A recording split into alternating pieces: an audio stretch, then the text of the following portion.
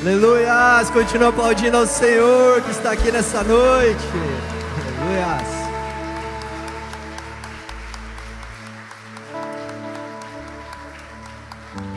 Louvado seja Deus pela sua vida que está aqui para comemorar uma data importante, motivo pelo qual nós podemos falar tanto da palavra de Deus.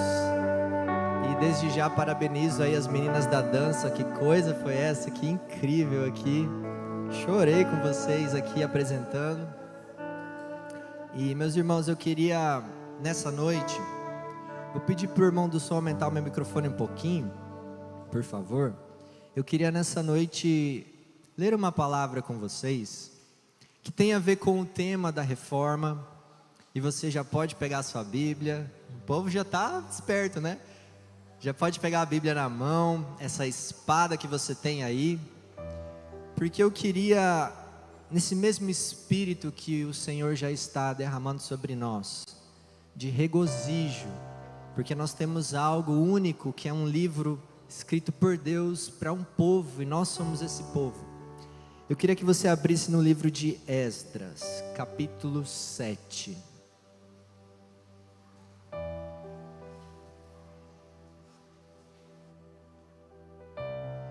Quem já pôde sentir a presença de Deus aí? Meu irmão, que culto gostoso. Sabe qual é a minha oração, irmão? Depois de escutar o pastor Carlos, é Deus, que o povo entenda a palavra do mesmo jeito que eu entendi tudinho sobre a reforma. Pastor Carlos é uma bênção, né? Gravou aqui o jeito que ele explicou, os 5 solas. Deus abençoe, meu pastor. Quem achou diz amém. Tem adolescente aí, né? Tô vendo. O gritinho denunciou. Esdras capítulo 7, vamos ler do versículo 1 ao 10, por favor. E passadas essas coisas, no reinado de Artaxerxes, rei da Pérsia, Esdras, filho de Seraías, filho de Azarias, filho de Ilquias, filho de Salum, filho de Zadok, filho de Aitube, filho de Amarias, Azarias e Meraiote. Continua. Filho de Zeraías, filho de Uzi, filho de Buqui, filho de Absua, filho de Finéias, filho de Eleazar, filho de Araão, o sumo sacerdote. Este Esdras subiu de Babilônia e era escriba hábil na lei de Moisés dada pelo Senhor, Deus de Israel. E segundo a mão do Senhor, seu Deus, que estava sobre ele, o rei lhe deu tudo quanto lhe pedira. Também subiram a Jerusalém alguns dos filhos de Israel e dos sacerdotes, dos levitas e dos cantores, dos porteiros, dos netineus, e no 7º do rei Artaxerxes, no ano 7º. E no mês 5º veio a ele a Jerusalém, e era o 7º ano desse rei. Porque no primeiro dia do primeiro mês foi o princípio da sua subida de Babilônia, e no primeiro dia do 5º mês chegou a Jerusalém, segundo a boa mão do seu Deus sobre ele. E para fechar, porque Esdras tinha preparado o seu coração para buscar a lei do Senhor, e para a cumprir, e para ensinar em Israel os seus estatutos e os seus direitos. Senta dando glória a Deus. Você que está também com o coração preparado para receber a palavra, e um coração disposto, como o pastor Carlos disse aqui, disposto a ser usado pelo Espírito Santo. Obrigado, minha irmã. Irmãos, nesse livro de Esdras, um dos livros históricos, nós vamos ver o que pode ser chamado e assim classificado como o segundo êxodo. Êxodo, que significa saída de algum lugar. Nós podemos enxergar aqui no livro de Esdras que o segundo êxodo na história de Israel vai acontecer. Mas para a gente entender certinho porque eu quero falar desse segundo êxodo e porque Esdras se encaixa nessa pregação, deixa eu voltar um pouquinho para você lembrar rapidamente a história do povo de Israel desde o primeiro êxodo. E não é difícil, você sabe que se você só lembrar que foi muito ruim, Se você só lembrar que teve muito pecado, muita idolatria, muita mistura, você já acertou. Mas no primeiro êxodo, sobre a liderança de Moisés, um líder conhecedor das leis, um líder muito inteligente, manso, humilde, amigo de Deus, o povo de Israel sai. O primeiro êxodo, eles saem do Egito e eles começam a passear pelo deserto. E você sabe, o contexto que vai começar a acontecer é que o pecado vai começar a tomar a nação de Israel. É idolatria para lá, idolatria para cá. Eles não expulsam os cananeus da terra. Quando eles com Josué entram na terra prometida, relaxam. O livro de Juízes é terrível, é um pior que o outro.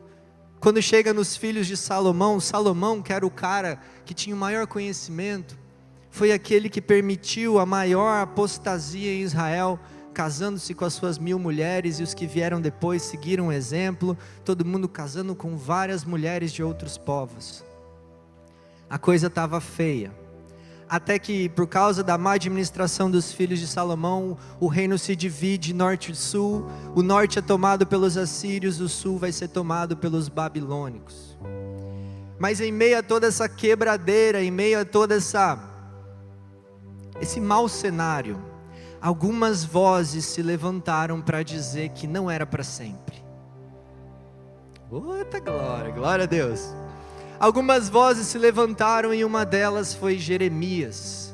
Jeremias dizendo que o cativeiro que o povo de Israel estava experimentando na Babilônia, por culpa da idolatria, duraria apenas 70 anos. Jeremias crava o tempo, calma, é só por 70 anos. E Isaías vai cravar não só como Jeremias o tempo, mas vai cravar o nome daquele que seria usado para canetear a libertação do povo de Israel. E Isaías crava o nome 200 anos antes desse homem estar no ventre da sua mãe. O nome dele é Ciro. Isaías diz: Deus vai levantar o meu servo ungido Ciro, e vocês voltarão aqui para a terra de Jerusalém, porque eles estavam escravizados na Babilônia, lá em Suzã, lá na Babilônia, perdidos. Só que algo de estranho começa a acontecer. Eu gostaria de comparar rapidamente os dois êxodos para você perceber que algo estranho estava acontecendo. No primeiro êxodo, quando nós lemos a história, vou voltar rapidamente, todo o povo de Israel queria sair apressadamente. A Bíblia vai dizer que eles comeram a Páscoa com ervas amargas e tinham que comer depressa. Ninguém quis olhar para trás e ficar: não, eu gosto do faraó, deixa eu ficar, eu quero ficar lá. Naquela escuridão que estava depois que o anjo da morte passou levando os primogênitos, ninguém queria ficar. Todos apressadamente quiseram sair com Moisés no primeiro êxodo. Só que aí nós olhamos para o segundo, que é liderado primeiro por Zorobabel, depois por Esdras e por fim por Neemias. E nós descobrimos que nem todos quiseram sair. Nem todos quiseram sair da Babilônia no segundo êxodo. Quando nós comparamos, a Bíblia vai dizer que o povo ficou 70 anos no cativeiro babilônico. Chegou o Império Persa e lá está o povo de Israel. Alguns ainda eram sobreviventes. Depois de 70 anos vai a primeira leva de volta para a Babilônia, debaixo do edito do rei persa Ciro, autorizando eles a voltar. A Bíblia diz, preste atenção, que voltaram 50.000 nessa primeira leva. Só que aí tem a segunda leva que vem com Neemias 80 anos depois. Já tinham se passado mais de 100 anos. E o número cai lá embaixo. Na segunda leva não volta, memória, acho que não chega nem a 2.000. Não chega nem a 2.000. O que está acontecendo que parece que o povo não quer voltar para a terra prometida, mas quer ficar na Babilônia, quer ficar na Pérsia? E quando nós vamos estudar, nós percebemos que os judeus haviam se tornado comerciantes na Pérsia. Eles não eram escravos, construtores de tijolos para Faraó, igual ao primeiro êxodo. Agora muitos deles tinham até enriquecido. Muitos deles foram levados cativos, mas conseguiram desenvolver a sua vida financeira na Babilônia. Começaram comércio, começaram a acumular riquezas. E se você conhece um pouco do coração humano, você sabe o que isso causa, não sabe?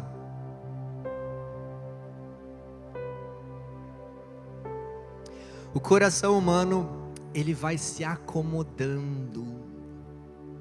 E o que nós vemos é que no segundo êxodo, meu irmão, depois de 70 anos, depois de 80, muitos dos judeus já não queriam mais voltar.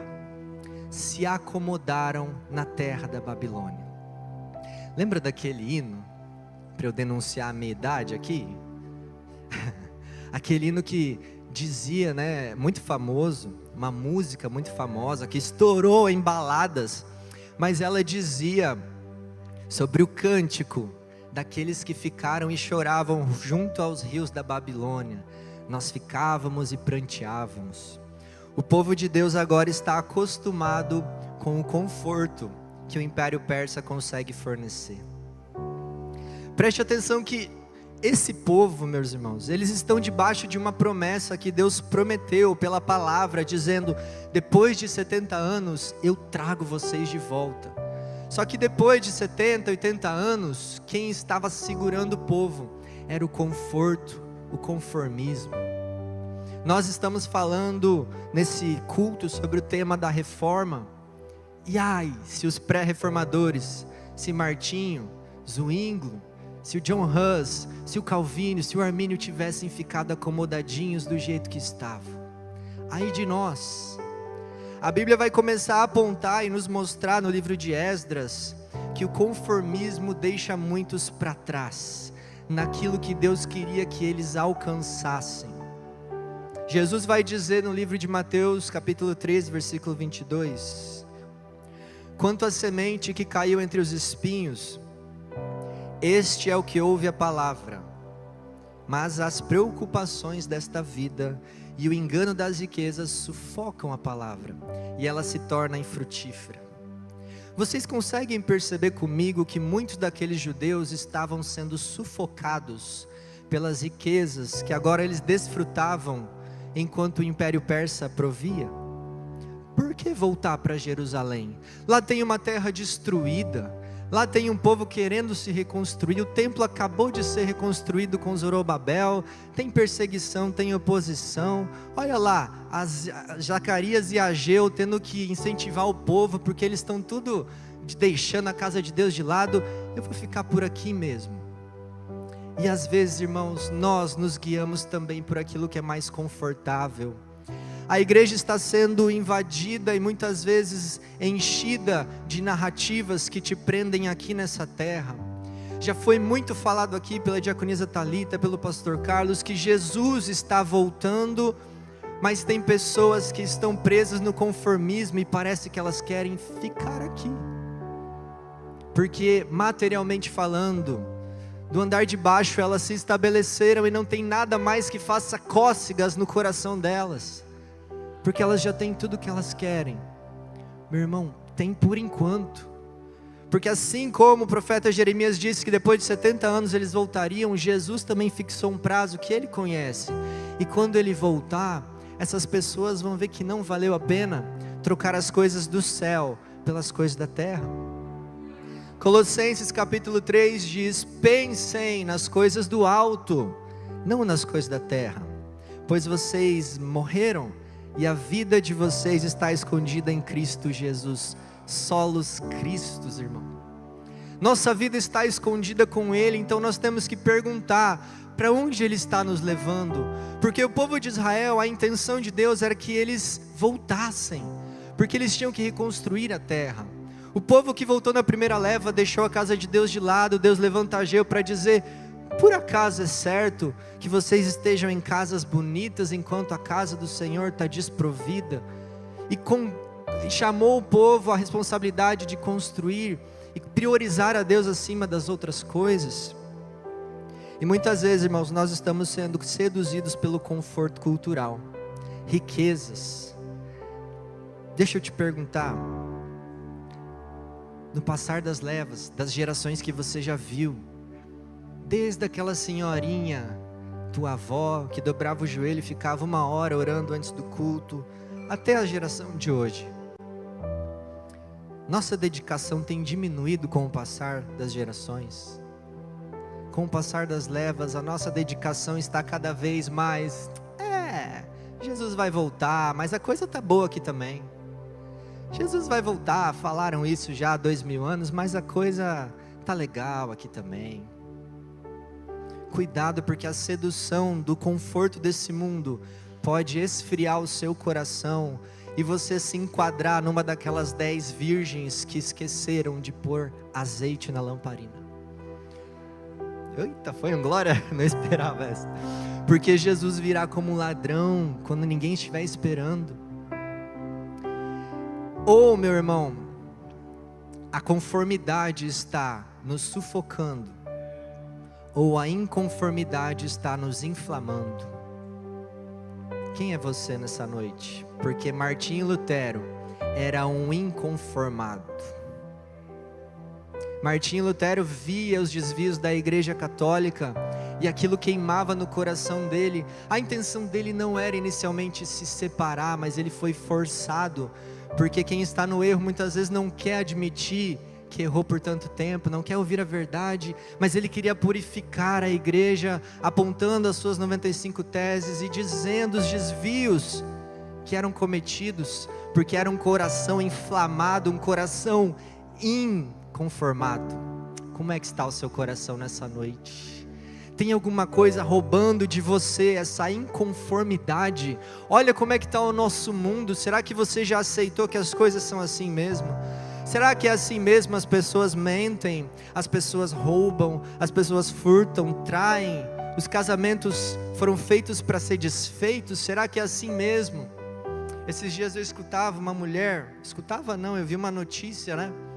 Um slogan do que ela disse sem o menor pudor, ela disse, Deus tinha que dar novas leis para Moisés. Aí o entrevistado disse, por quê? Aí ela respondeu, porque eu criei novos pecados. Pessoas que têm a audácia de falar isso em público, a sociedade caindo de cabeça numa depravação. Meu irmão, se nós não estivermos acordados, nós seremos levados por esse conformismo. Você sabe, você já viu muitos crentes que vinham do seu lado nos cultos, que pegavam fogo, mas hoje só tem fumaça. Hoje parece que apagou. Tá difícil até achar as brasinhas no monte. Quem já viu as brasas no monte? Eu sou da geração que só viu os palitinhos. Teve gente que falou que viu casca de árvore. Eu falo, Deus, eu quero ver essa casca de árvore pegar fogo, mas nunca vi, tô chegando lá, glória a Deus. Gente, e a conformidade vai entrando no nosso coração. Essa é uma das causas do porquê o povo de Deus não quis voltar, se acomodaram. A segunda causa que Deus ministrava no meu coração é que o povo estava sendo chamado para recomeçar uma obra em Jerusalém. E recomeçar é mais difícil do que começar pela primeira vez. Quando você começa algo pela primeira vez e deixa vir na sua memória a sua primeira oportunidade. A minha primeira oportunidade, pastor Valmir, foi lá na igreja lá. Eu não sabia que a mão treme quando pega no microfone. Aí me deram a oportunidade, Pai do Senhor, igreja. E o negócio começou. Eu não conseguia controlar a minha mão. Mas hoje eu lembro com saudades daquele temor gostoso que eu sentia de Deus. A vontade de fazer tudo diferente. Depois eu levei alguns tombos. Depois eu caí em algumas situações. E ao invés de começar, lá estava eu agora precisando recomeçar. E enquanto eu falo isso, tem alguns irmãos e irmãs aqui que também precisam recomeçar como o povo de Israel. Eu vou começar a falar da vida de Esdras e nós vamos estudar o porquê esse homem começou a recomeçar a obra em Jerusalém. E você vai deixando entrar no seu coração essas verdades, porque eu sei que tem gente que precisa recomeçar algo. Moisés começou, mas Esdras recomeçou. Recomeçar, irmão, com Deus é melhor do que continuar com o diabo. A Thalita já falou aqui no meio do louvor: ah, Senhor, mas vai ser difícil. Mas com o diabo, no final, vai ser pior ainda. Deus está chamando alguém aqui para um recomeço.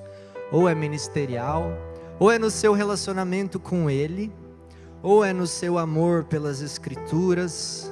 O solo Escritura saiu do teu coração, deu espaço a outras coisas. Deus chama ao recomeço. Agora eu queria conversar com vocês um pouquinho sobre Esdras, porque se o povo não quis ir, se muitos do povo não quiseram ir, e aqui eu faço um parênteses, eu sei que alguns como Daniel, Mordecai, Esther, foram usados na Babilônia, e o plano de Deus para eles era que eles ficassem, só que a Bíblia diz que eles resistiram à cultura, não foram dominados por ela. Eu estou falando especificamente de pessoas que tiveram seu coração sufocado pelas riquezas e os prazeres da carne. Porque o povo não quis voltar, mas Esdras foi escolhido ou se dispôs a liderar. Quando nós lemos o capítulo 7, no versículo 13, 2 versículos depois da onde eu parei, a Bíblia vai dizer: por mim se decreta que no meu reino todo aquele de Israel e dos seus sacerdotes e levitas que quiser ir para Jerusalém contigo, vá. O decreto do rei Ciro, depois a confirmação de Artaxerxes, Dario, não era obrigatório. Os judeus não precisavam voltar na marra. Quem quisesse ficar podia. A pergunta é: por que Esdras quer ser um daqueles que lidera o povo de volta à terra? Porque ele também não escolhe ficar no bem bom, no conforto, recebendo iFood em casa, assistindo uma Netflix no final do dia. Porque Esdras tem algo diferente queimando no coração dele, que impulsiona ele a dizer: Senhor, eis-me aqui, usa-me. E a mão favorável de Deus começa a mover o coração do rei, para que ele retornasse com recursos e riqueza para a terra. Eu acredito que é porque nós lemos o versículo 10. Esdras tinha decidido dedicar-se a estudar a lei do Senhor, a praticá-la e a ensinar os seus estatutos e as ordenanças aos israelitas. Gente, a segunda leva foi depois de 80 anos. Significa que Esdras nasceu na Pérsia. Não, ele não conheceu o primeiro templo de Zorobabel. Não, ele não tinha aquela carga genética ou aquela carga geracional para se escorar. Ele teve que construir o depósito no coração dele, estudar as leis e descobrir o porquê era melhor partir do que ficar na Babilônia. Não é assim que está aparecendo os dias hoje? Você precisa cavar os seus poços e estudar a palavra e descobrir o porquê é melhor você subir com Jesus do que ficar. A missionária Cecília, eu assisti um trecho rapidinho hoje de manhã. Ela dizia que a palavra queimava no coração dos discípulos, né? Jeremias também. E eu sei que a palavra queimava no coração de Esdras. E perceba, irmão, que Esdras, ele vai protagonizar uma reforma em Israel, assim como os nossos reformadores que nós falamos aqui. Romanos 12 diz que quando nós renovamos o nosso entendimento na palavra, nós conseguimos discernir qual é a boa, perfeita e agradável vontade de Deus. Por acaso, Esdras estudava a palavra, renovava o seu entendimento na lei do Senhor e foi capaz de discernir: meu lugar não é aqui, eu vou voltar para Jerusalém, mas é mais difícil, mas se eu ficar, eu fico debaixo da mão de Artaxerxes, rei da Pérsia. Se eu for, eu fico debaixo da mão do rei de todos os reis, do Senhor dos exércitos. 7 vezes só no livro de Esdras, depois 5 em Neemias, a expressão "e a boa mão de Deus" vai ser citada no livro. a boa mão de Deus viu a disposição no coração de Esdras e começou a conduzir ele de volta para a terra prometida. É mais difícil ser crente, é mais difícil viver uma vida descontaminada, com o coração carregado com os 5 solas, do que imitar o mundo. Mas você precisa ter fé, meu irmão, que quando Jesus voltar, vai valer a pena. Quem consegue crer nessa verdade, irmão? Quem ainda mantém seu coração disposto, aguardando por isso? Os 5 solas não foram inventados pelos reformadores. Eles foram desencobertos, porque estavam debaixo da poeira da tradição e debaixo da poeira da monetização da fé. Quando Esdras retorna à palavra, estuda dentro dos seus 80 anos, e ele começa a entender as promessas de Jeremias, de Isaías, e entender que os planos de Deus para aquele povo eram planos de paz, prosperidade, para dar um futuro melhor. O coração dele começa a voltar para a sola escritura. Os 5 solas não foram inventados, eles são extraídos da palavra, sempre estiveram aqui. Abacuque vai dizer que o justo viverá pela fé, sola fide. E tantos outros solas são as escrituras que elas emanam. Quando as pessoas voltam para as escrituras, elas descobrem que o coração delas não pode ter mais espaço e começam a encher com solas. Porque o que é sola? Somente, só, quer dizer, não tem espaço para mais nada, só Ele. Quando elas voltam às escrituras, o coração vai enchendo. Olha o que diz 1 João capítulo 2, versículo 14. Jovens, e aqui serve para mim e para você. Era melhor não ter falado isso, mas enfim. Jovens, eu escrevi a vocês, porque vocês são fortes. Mas olha por que os jovens são fortes. A palavra de Deus permanece em vocês, e vocês venceram o maligno. Você quer ser forte, você quer atravessar as gerações com força, com fé? Agarre-se à palavra de Deus, sola escritura. Abre espaço no teu coração para a Bíblia. E aqui, como professor de escola bíblica, eu posso te dizer, o pastor Carlos também, missionária Cecília, pastor Américo, pastor Josânia, vários professores, que sempre começa, você vai ver 2026, sempre começa abarrotando as cadeiras, passa-se o tempo, o pessoal vai sendo arrebatado.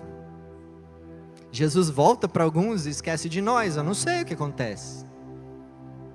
Por que nós perdemos no nosso coração o amor pela palavra e vamos sendo cheios por outras coisas? O que esse mundo tem para nos oferecer? O que esse mundo tem para satisfazer a nossa alma? E aqui talvez alguém tenha pensado na palavrinha tempo. Pastor Diogo, aqui eu não tenho tempo. Você não sabe como é corrida a minha vida.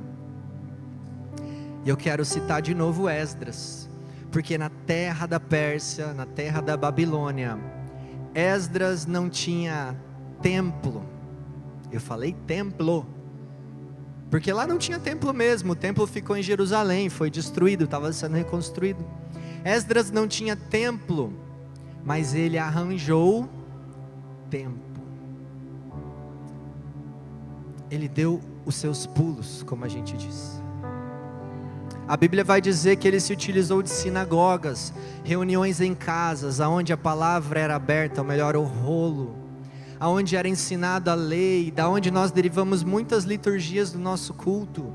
Esse carinha aqui que eu estou falando para vocês, com o coração apaixonado, deu os seus pulos para não ficar sem estudar a palavra.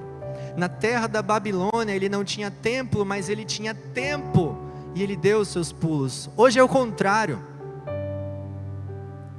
Hoje nós temos templo e damos a desculpa que não temos tempo. Só que o que Deus está te falando é: sim, você tem.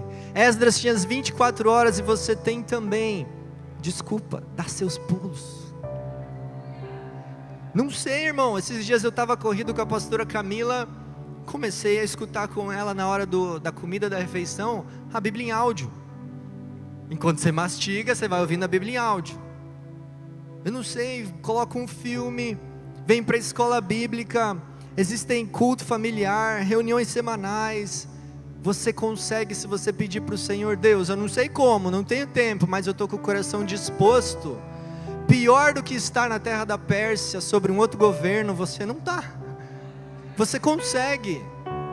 Será que é possível ler a palavra todos os dias, ou falar isso é ser rotulado de religioso? Quando que ler a palavra todos os dias é ser religioso? Josué 1:8 diz: medita nessa lei dia e noite. Na verdade é 2 vezes. Daniel orava na Babilônia 3 vezes por dia. Quando que essa narrativa demoníaca entrou no nosso coração e você está religioso demais? Esse mundo está nos sufocando e a semente da palavra está morrendo se nós não acordarmos. E uma forma de você acordar é todos os dias: medita na lei do Senhor. Se Martinho não fizesse isso, ele não teria sido um protagonista tão importante. Judas capítulo 1 versículo 3: amados, embora estivesse muito ansioso para escrever-lhes acerca da salvação que compartilhamos, senti que era necessário escrever-lhes, insistindo que batalhem pela fé, de uma vez por todas confiadas aos santos. Você sabe batalhar por muita coisa que você quer. Quando você quer correr atrás dos seus sonhos, você faz faculdade, você corre. Conheço gente que faz 3 cursos ao mesmo tempo. Você dá seus pulos quando você quer algo, mas para batalhar pela fé que o sangue dos reformadores, dos apóstolos, que o sangue de Jesus conquistou para mim e para você, nós somos muitas vezes relaxados. Deus quer nos levar para um êxodo, onde o nosso corpo será glorificado, mas Ele precisa que nós batalhemos pela fé. Um grande pregador disse: uma das maiores utilidades das mídias sociais, incluindo celular, será provar no último dia que a falta de oração não era por falta de tempo, mas por falta de prioridade. Você arranja tempo para aquilo que você prioriza. Pode ter certeza disso. Esdras entendeu uma terceira coisa que eu queria te falar, e eu estou explicando aqui o porquê ele quis voltar para a terra e não ficou. E ele entendeu que ele era peregrino de passagem. As profecias que ele leu, que ele estudou, levaram ele a entender que Deus estava com a boa mão, trabalhando no coração do rei Ciro, do rei Dario, do rei Artaxerxes. Você lê a história de Esther, e lá está um rei persa favorecendo o povo judeu.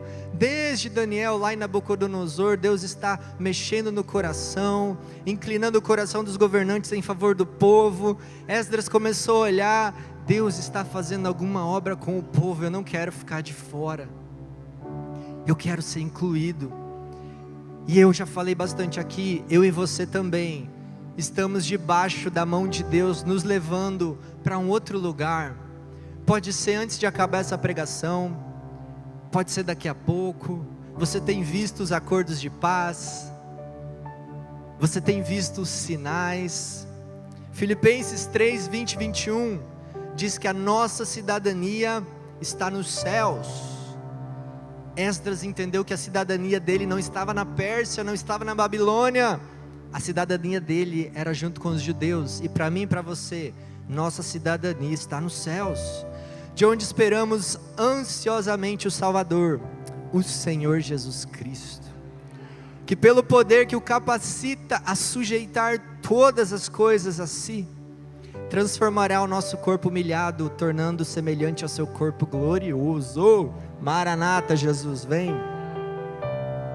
E só para frisar, 1 Pedro: amados, insisto em que, como estrangeiros e peregrinos no mundo, vocês se abstenham dos desejos carnais.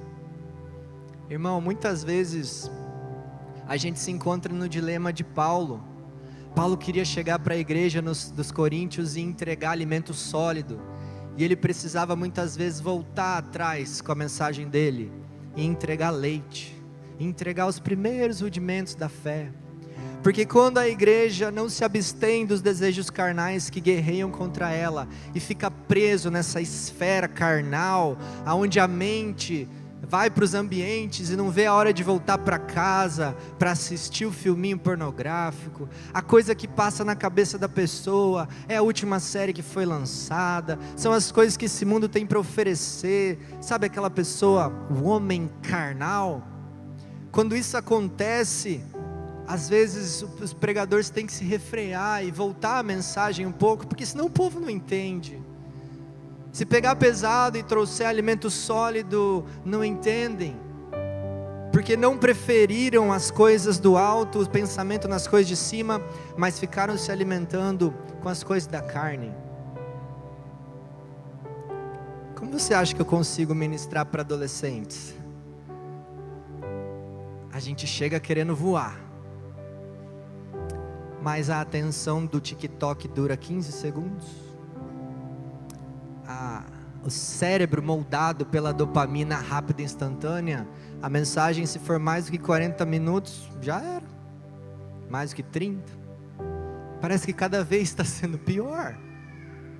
E as massas vão forçando a pessoa que prega cada vez mais voltar para trás, senão não entendem. Daqui a pouco a gente está pregando para uma multidão: irmão, Jesus te ama, glória a Deus, amém? Podem ir para casa. Porque o cérebro está tão abarrotado, porque passou o dia inteiro rolando, gastou toda a dopamina, está vendo a vida em preto e branco, não aguenta mais nada, não aguenta te escutar, não aguenta conversar, vem para o culto pensando em ir embora. Vai prestar atenção no quê?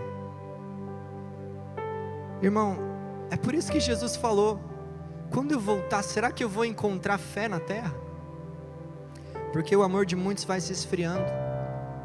Vocês estão comigo até aqui?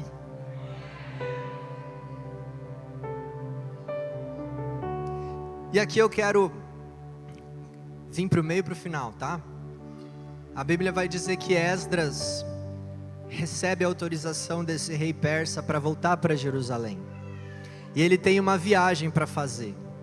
Uma viagem que vai testar não só o que ele ensinava, mas também aquilo que ele vivia. A Bíblia vai dizer lá no livro de Esdras, capítulo 8, que ele dizia para o rei, e no local onde ele residia, que a boa mão de Deus guardava aquele povo.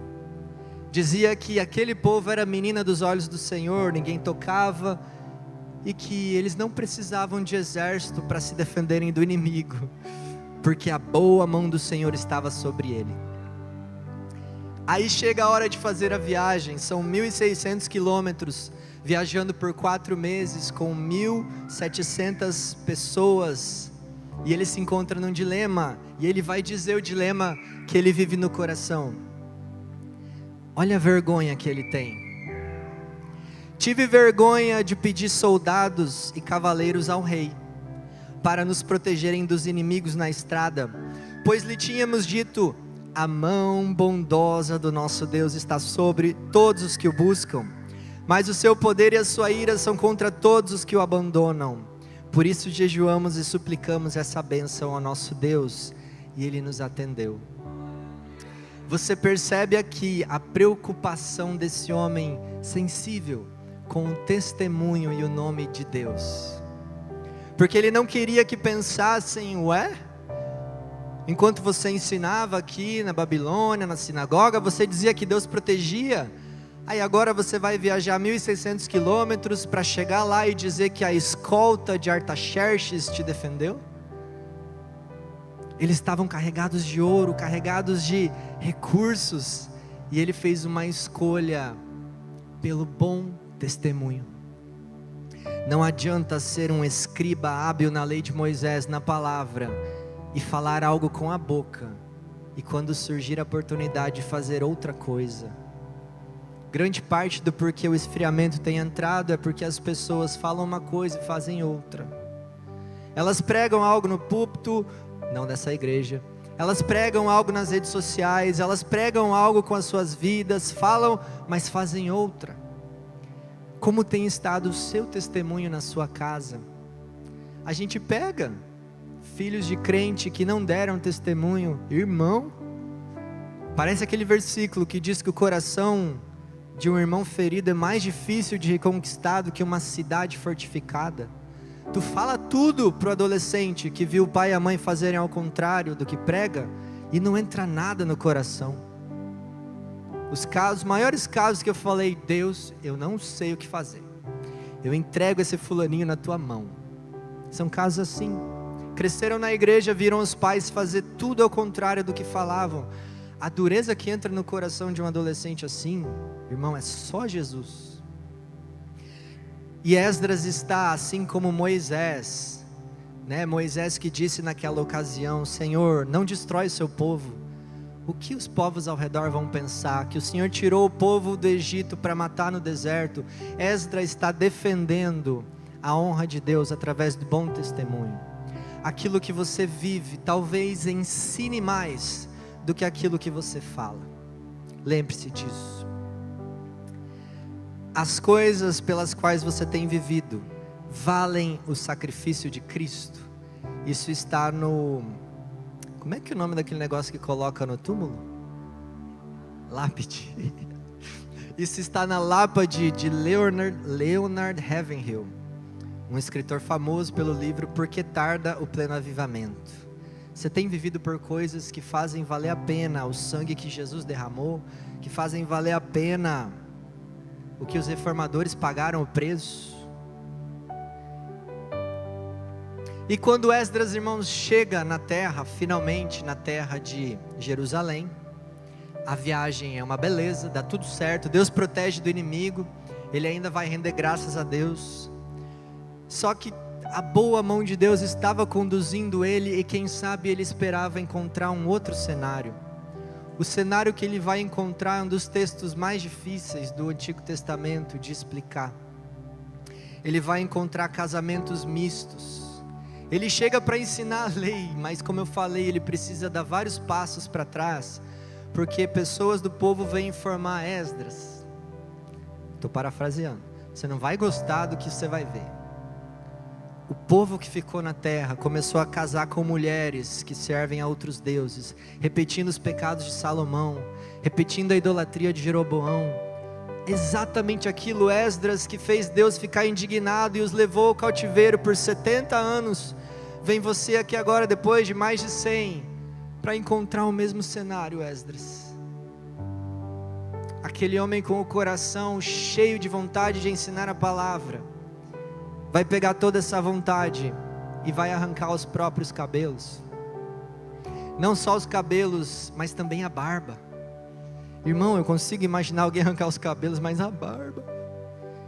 Ele se assenta chorando atônito e arranca as barbas, arranca o cabelo e se arrepende pelos pecados do povo, e começa uma oração linda no capítulo 9, pedindo perdão pelos pecados do povo. Ele foi na terra para gerar um grande avivamento através da palavra, mas precisou dar um passo para trás e trabalhar arrependimento primeiro. Não existe avivamento sem antes arrependimento.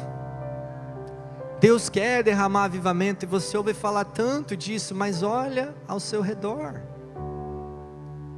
Quantos crentes traindo, fofocando, mentindo, raízes de amargura que passam de geração em geração. A promessa de Joel de que Deus aproximaria o coração dos pais nos filhos, e quando a gente vê parece que vai cada vez mais longe. Como vai descer avivamento se não tem arrependimento, nem abibliamento primeiro? Esdras então trabalha no arrependimento do povo, e na oração que ele está fazendo, é muito interessante isso, na oração que ele está pedindo perdão para Deus, chorando, aquele povo ao redor, que tinha se casado com outras mulheres, vem um homem chamado Secanias, e enxerga a verdade no coração de Esdras, enxerga o coração de Deus chorando ali, e ele propõe: Esdras, estou sentindo a dor do pecado. E ele chora junto com Esdras pelo pecado, e ele propõe: vamos fazer o seguinte, nós vamos despedir as nossas mulheres e os nossos filhos. É um texto duro, é um texto que gera polêmica, mas não existe arrependimento que não mata o pecado na raiz. Não existe arrependimento que permite pecados de estimação. E eu não estou falando que as mulheres e os filhos eram pecado. Eu estou falando que os deuses que elas serviam contaminariam o coração do povo, conforme diz Deuteronômio. Não case com as mulheres daquela terra, porque não deem seus filhos para se casarem com elas, porque os deuses dessas nações perverterão o seu coração para me deixar de seguir. Foi o erro de Salomão. Eles estavam aqui debaixo de uma paixão que muitos colocariam como religiosidade. Quem sabe alguém poderia pensar, mas e Raabe e Ruth, se elas quisessem? É aqui que eu gosto dessa interpretação. Se elas quisessem se converter ao Deus de Israel, elas poderiam ser incorporadas. Mas, vendo o testemunho dos próprios maridos, que tinham uma vida em Jerusalém morna, que falavam que Jeová é o Deus do céu, enquanto Baal é o Deus da chuva, observando o testemunho de seus próprios maridos, por que aquelas mulheres iriam querer abandonar seus deuses persas, samaritanos, e passar para o lado de Israel? Elas preferiram ficar com os seus deuses e serem divorciadas. E meu irmão, Esdras, sem conseguir até nesse momento ensinar pela lei, pela palavra, estava todo esse momento ensinando pela sua vida. Ele ensina pelo coração dele que contagia. Deus está chamando uma geração que ama a palavra de Deus, que prega, mas que também ensina com o comportamento, com a coerência, e que contagia com um coração apaixonado pela palavra de Deus. Você quer ser parte dessa geração? Eu quero. E para finalizar, a boa mão de Deus era que estava levando Esdras a toda essa situação. Quem sabe ele esperou encontrar um outro cenário, encontrou essa dificuldade. Eu quero te dizer que é a boa mão de Deus que está te levando para estar preparado quando Jesus voltar. Mas quem sabe hajam dificuldades no caminho, dificuldades que faz você pensar que não vale a pena, dificuldades que faz você olhar para trás e dizer: eu vou voltar para a Pérsia, deixa esses casamentos mistos aqui. Porque para recomeçar, como Esdras teve que recomeçar, exige uma coragem e um auxílio do Espírito Santo. Eu quero te dizer que Ele está aqui nessa noite. Esdras creu no melhor de Deus, e como o profeta Ageu disse, a glória da segunda casa seria maior do que a primeira. O melhor de Deus está por vir na sua vida, irmão. Esse culto fala sobre a reforma, e a reforma é como um recomeço. E eu queria te dar a chance aqui, se você precisa da boa mão de Deus, te auxiliando como auxiliou Esdras, a recomeçar algo na sua vida, que só você e Deus sabem. Você vai ficar de pé, pôr a mão no seu coração, e eu vou orar com vocês, para a gente entregar esse culto. E só lhe deu glória, toda a honra e a glória é do Senhor. Você que precisa, feche os seus olhos e ora comigo. Apresenta para o Senhor qual é o comodismo que tem tomado as suas semanas. Qual é o pensamento que tem sido prioridade? É o Senhor que está na sua lista de prioridades? Ou são as coisas do mundo? Pede para Deus nesse momento o coração apaixonado de Esdras pelas Escrituras, o coração inconformado dos reformadores, porque Esdras tinha que liderar o povo e você tem que liderar a sua família. Você precisa transferir isso para a sua família. Senhor, eu quero te apresentar essas famílias, os meus irmãos e minhas irmãs, Pai, que arrependidos e pedindo misericórdia, te apresentam, Pai, aquilo que está difícil de recomeçar. Quem sabe alguém aqui, Senhor, entrou caído, e ele sabe que precisa recomeçar, porque o lugar dele não é aqui nessa terra. Ele sabe que ele é peregrino de passagem. Senhor, que a boa mão que esteve sobre Esdras, fortalecendo, provendo, esteja agora no coração desse irmão, dessa irmã. Fortalece ele de dentro para fora, vai transformando a mente dele, renovando o entendimento, e derramando sobre ele roupas novas. Coloca uma espada nova na mão desse varão. Senhor, que ele seja completamente renovado nessa noite, pela sua presença é a minha oração, no nome do Senhor Jesus. Você que pode, adore ao Senhor com a gente.